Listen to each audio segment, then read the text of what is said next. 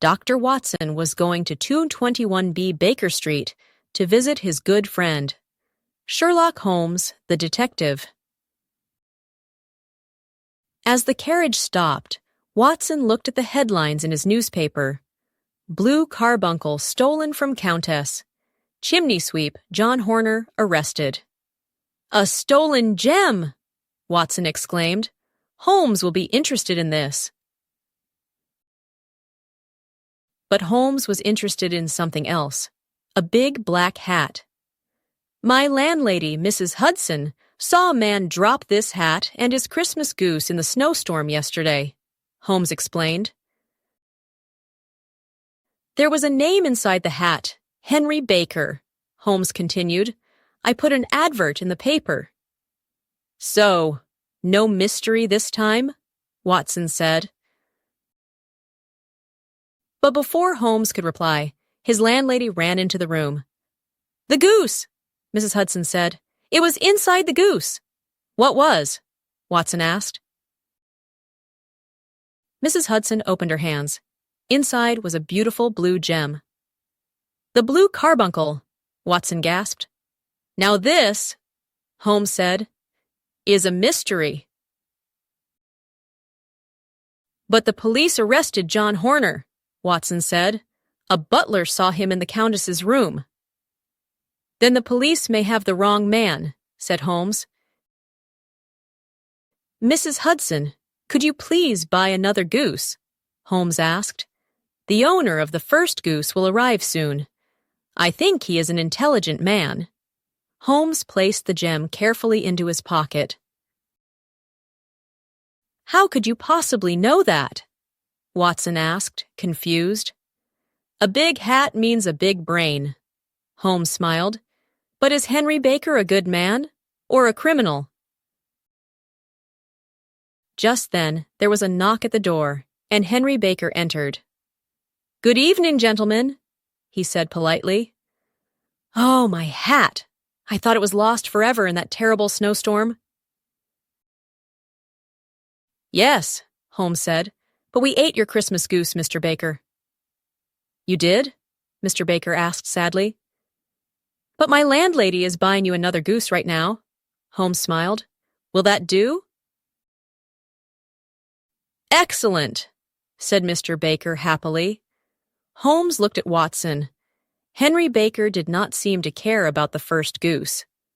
So, he did not know about the blue carbuncle. He was not the thief. "But please tell me where you got your goose," Holmes said.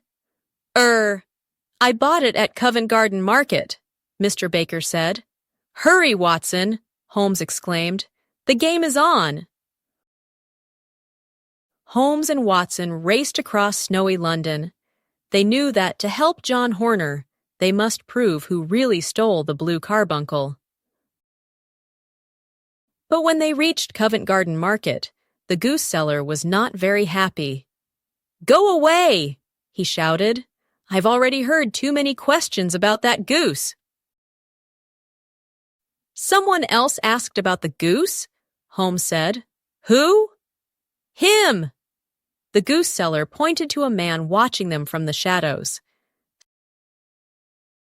Suddenly, the mysterious man in the shadows turned and ran. "Quickly, Watson!" Holmes shouted. "We can't let him escape!" And the friends chased after him. The mystery man was fast, but Watson was faster. "Well done, Watson," Holmes said. "I believe this is James Ryder, the Countess's butler. You stole the blue carbuncle, didn't you?" "It's true," Ryder cried. "I'm sorry. It was a moment of madness." "But you let the police think that poor John Horner was the thief," Holmes said. "Why was the gem inside Baker's goose?" Watson asked. "I panicked," Ryder explained. "I ran to my sister's house. She keeps geese, you see. The goose seller at Covent Garden Market buys the geese from her." "So, to hide the gem," Holmes said, "you fed it to a goose." "Yes," Ryder said, "a goose with a gray head. And my sister said I could have that goose for Christmas. But when you took the goose home, Holmes said, there was no gem. You took the wrong goose, Watson said. There must have been 2 geese with gray heads. Excellent, Watson, Holmes smiled.